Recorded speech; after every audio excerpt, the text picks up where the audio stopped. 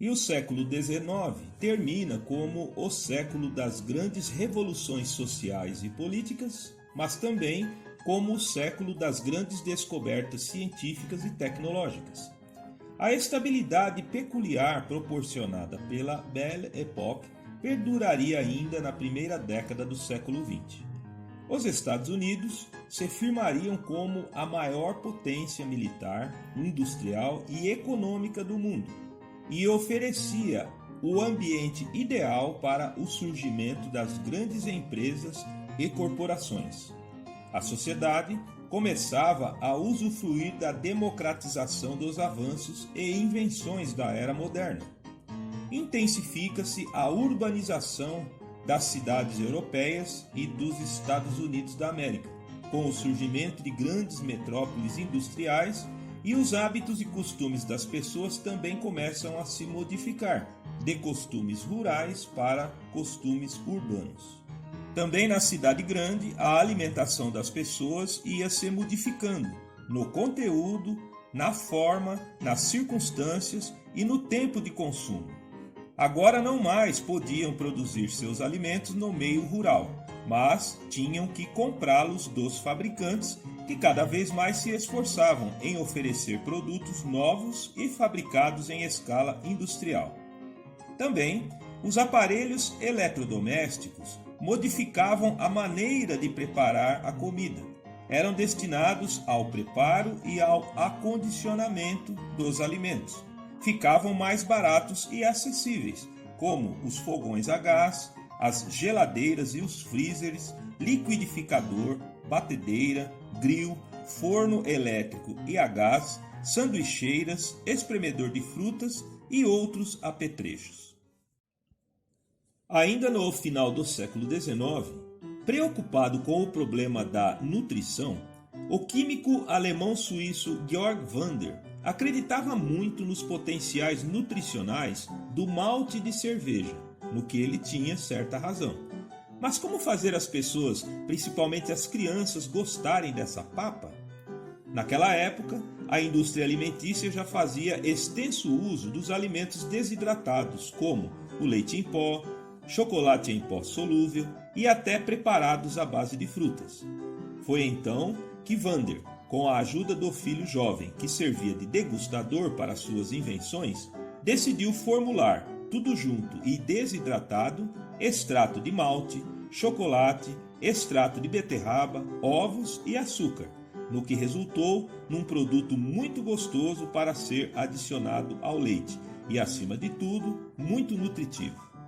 Inicialmente, o ovo maltine era comercializado na forma de suplemento alimentar e vendido em farmácias. Posteriormente, passou a ser vendido no varejo, exportado para todos os países da Europa e Estados Unidos da América. É um típico exemplo de um alimento criado no contexto da Revolução Industrial Alimentar moderna. Também, sendo fabricada desde 1871 na Holanda, já no início do século XX, a margarina definitivamente ocupa a maior parte do espaço gastronômico da manteiga, apresentando-se como uma opção prática e de baixo preço, tanto para o consumo doméstico como para a indústria alimentícia. Também em 1912, Otto Frederick Roeder funda no Missouri, Estados Unidos, a primeira fábrica de pão de forma, a Chillicothe Packing Company, contribuindo muito para a adoção do sanduíche como um dos principais alimentos da era moderna e do ambiente urbano. Em 1905, em Vevey, na Suíça, associam-se os irmãos americanos George e Charles Page com o alemão Heinrich Nestlé para fabricar a farinha láctea e o leite condensado e se consolidam então como dos maiores grupos empresariais industriais de alimentos da Europa e do mundo, a Nestlé, que hoje atua tanto no setor alimentício como no setor médico-nutricional, no setor de cosméticos, com o controle acionário da empresa L'Oréal de Paris e também atuando na alimentação PET.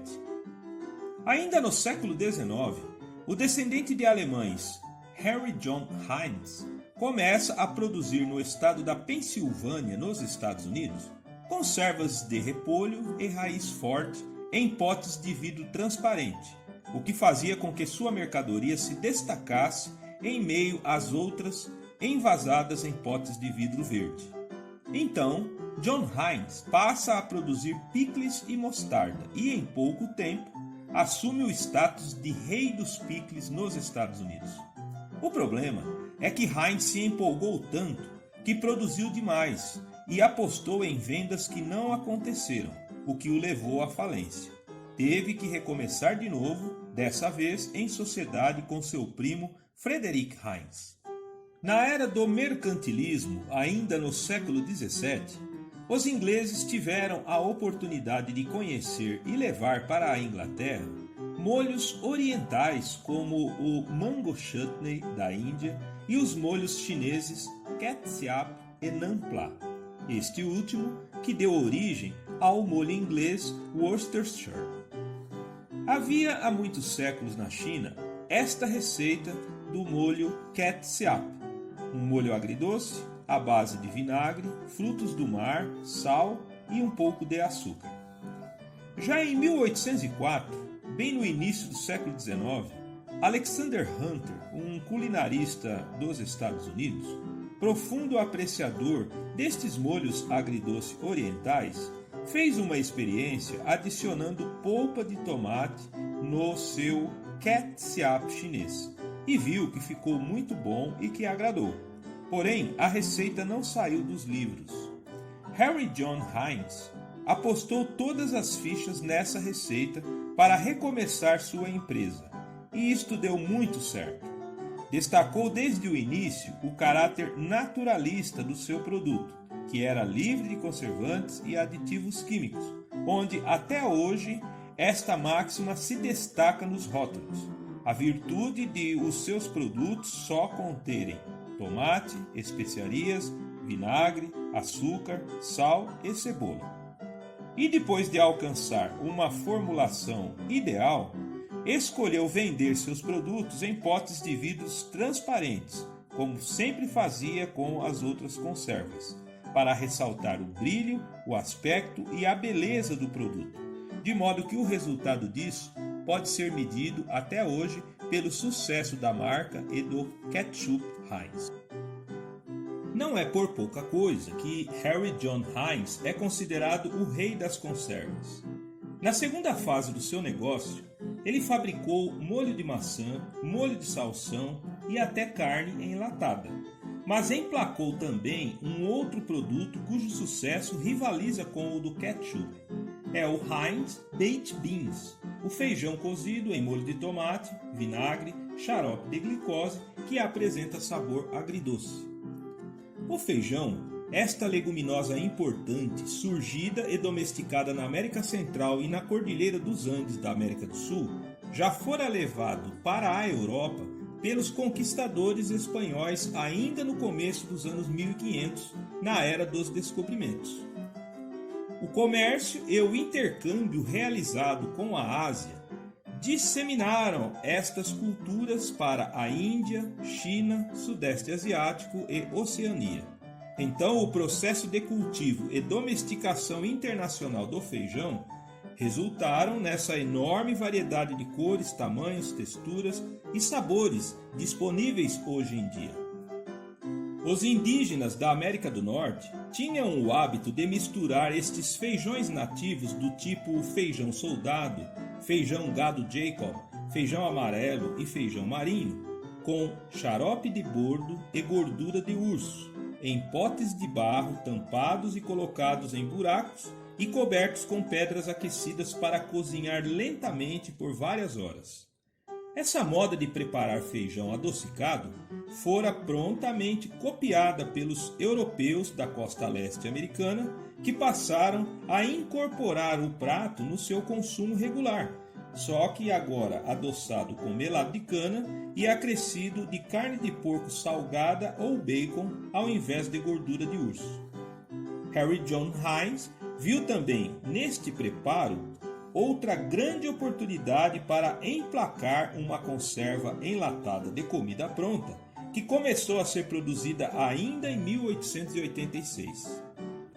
Também ele fora o primeiro a exportar enlatado de feijão cozido para a Inglaterra, que por sua vez incorporou o produto na sua cultura gastronômica.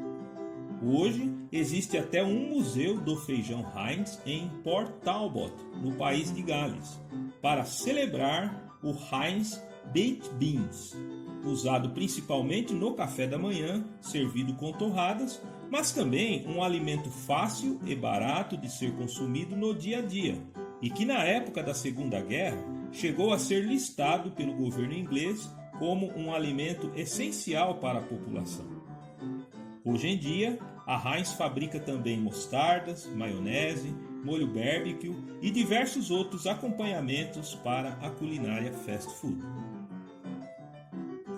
Também na segunda metade do século XIX, fundada por William Wallace Cargill, nascia a Cargill Company, que começou como negócio de aluguel de armazéns e silos para guardar milho, trigo e algodão em Conover, no Iowa, Estados Unidos. E hoje é o maior fabricante mundial privado de alimentos, que no Brasil detém as conhecidas marcas do óleo Lisa e Pomarola, e hoje conta com 1.400 fábricas em 147 países e, com certeza, cada pessoa hoje em dia no Ocidente come algum produto dessa empresa inserido em algum alimento diariamente. No final dos anos 1800, acontecia em algumas partes da costa leste dos Estados Unidos o puritanismo, um movimento religioso e político surgido na Inglaterra que rejeitava tanto a Igreja Católica Romana como a Igreja Anglicana. Por isso mesmo, fora um movimento perseguido, de modo que muitos ingleses emigraram para os Estados Unidos em busca de liberdade religiosa. Entre várias condutas rígidas e proibidas estava o consumo de bebida alcoólica. Foi quando prosperaram os comércios então denominados pontos de venda, que eram bares que não vendiam bebida alcoólica, mas sim sorvetes e xaropes a serem misturados à água gaseificada ou clube soda. Eis que John Steve Pemberton, um veterano da Guerra Civil Americana, havia se formado médico e farmacêutico. Juntamente com o contador Frank Robinson, criaram uma bebida alcoólica denominada Pemberton's French Wine Coca, que era anunciada como uma bebida relaxante e ao mesmo tempo revigorante para os nervos e o cérebro e que até deixava mais inteligente. A bebida se consistia em folhas de coca importadas dos Andes sul-americanos e nós de cola, macerados em vinho importado da França. Porém, o movimento puritano começou a pressionar o comércio de bebidas alcoólicas no final dos anos 1800, de modo que os bares foram fechados, liquidando assim com as chances para a bebida de Pemberton.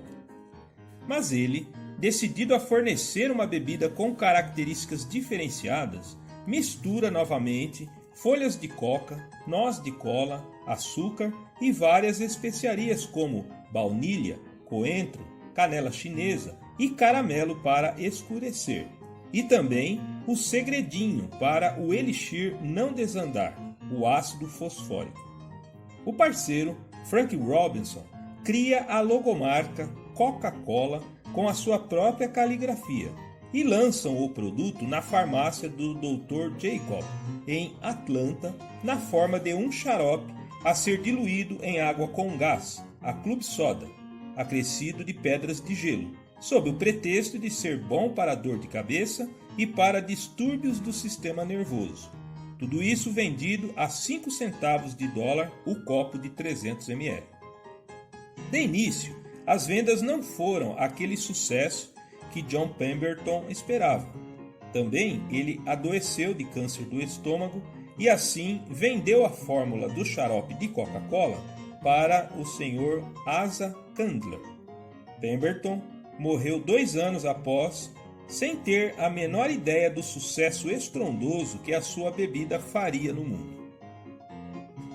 Como funciona até hoje, a Coca-Cola, agora nas mãos de Asa Griggs Candler, fabricava o xarope e o distribuía para revendedores, tanto de farmácias, mas também casas de sorvetes e clube soda, sendo que um lojista de doces da cidade de Vicksburg, no Mississippi, decidiu encomendar garrafas de vidro com tampa de rolha com a logomarca em alto relevo e vender o xarope já diluído nesse formato. E daí para frente foi puro sucesso, já que a Coca-Cola agora poderia ser consumida na loja, mas também levada para casa.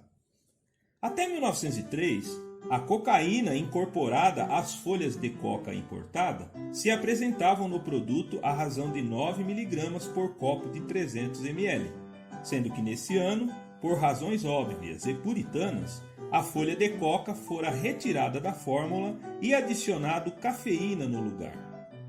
Após a Primeira Guerra Mundial, a Coca-Cola já era a maior consumidora de açúcar do mundo, mas devido à grande recessão dos anos 1920, a empresa quase faliu. Mas hoje é a marca mais valiosa e conhecida no mundo e o refrigerante o número 1 em vendas e preferência. Uma companhia alimentícia que ilustrou bem a transição que a sociedade ocidental estava vivendo no final do século XIX, principalmente na área da alimentação, fora a empresa fundada por Joseph Campbell, um comerciante de hortifrutis, e Abraham Anderson, um fabricante de caixas de gelo, que juntos fundaram em Bridgeton, Estados Unidos, a Campbell Soup Company, que fabricava e ainda fabrica até hoje inúmeras receitas de sopas prontas enlatadas. Hoje a empresa atua em mais de 120 países ao redor do mundo e suas vendas aumentam cada vez mais. Ainda em meados do século XIX, uma fruta originária da China, a Citrus sinensis, estava se dando muito bem em solo norte-americano, em pomares da Flórida e da Califórnia.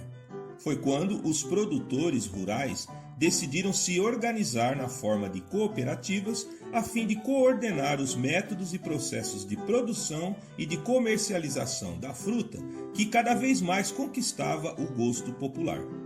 Foi quando, no início do século XX, tiveram a ideia de financiar para a população espremedores de laranja, para disseminar o hábito de tomar suco de laranja no café da manhã. A ideia deu muito certo e hoje a laranja é o fruto mais consumido no mundo, o fruto preferido dos Estados Unidos, e o Brasil é o seu maior produtor mundial. Em 1894, em Dairy Church, Pensilvânia, Milton Snavely Hershey era um doceiro que produzia caramelos e nem conhecia ainda o chocolate sólido em barra, que lhe fora apresentado numa exposição em Chicago. Teve a ideia de rechear seus caramelos com a novidade. Percebendo que o chocolate podia emplacar melhor no mercado do que os seus caramelos recheados, criou então a fórmula do chocolate ao leite para ser vendido em barras e fundou então a Hershey Chocolate Company. E o crescimento foi rápido e duradouro, a ponto de logo em 1906 o nome da cidade sede seria mudado de Dairy Church para Hershey City, na Pensilvânia, sendo hoje um dos maiores fabricantes mundiais de chocolate, operando em mais de 60 países ao redor do globo. No final do século XIX, um açougueiro de Massachusetts, Gustavus Franklin Swift, encontra uma maneira de vender carnes não apenas em açougues, mas em supermercados, armazéns, mercearias e pequenas lojas do ramo. Decide montar um frigorífico para abater, fracionar, empacotar e refrigerar carnes bovina, suína e carne de ovelha. Também ele inventou o veículo refrigerado, na forma de vagões de trem que usavam gelo protegido em sal e serragem para transportar e atender ao mercado de carne que se expandia nos Estados Unidos. Nos primeiros 5 anos, abriu filiais em Boston, Albany e Buffalo e mudou a sede da empresa Swift para Chicago, que na época era a capital da carne, onde também estavam estabelecidas as gigantes do setor como o frigorífico Armour e Wilson. Gustavo Swift criou parcerias para resolver o grave problema das indústrias do setor, que era o aproveitamento das partes outrora desprezíveis dos animais, como as vísceras, os ossos, patas e chifres, e que produziam mau cheiro e poluição ambiental. Então, no entorno de suas unidades, e depois atitude copiada por outros concorrentes, se estabeleceram cadeias produtivas de artefatos de couro, sabão, colas, fertilizantes e utensílios como botões e talheres, e até o setor farmacêutico para a produção de insulina e pepsina. Também em Chicago, Philip Dunford Armour, um forte concorrente de Swift, foi o primeiro industrial a produzir carne enlatada no sistema de produção em série. Também Armour foi o primeiro frigorífico multinacional, expandindo-se para a América Latina, no Brasil, se instalando em Santana do Livramento, no Rio Grande do Sul, e em São Paulo, na Vila Anastácio.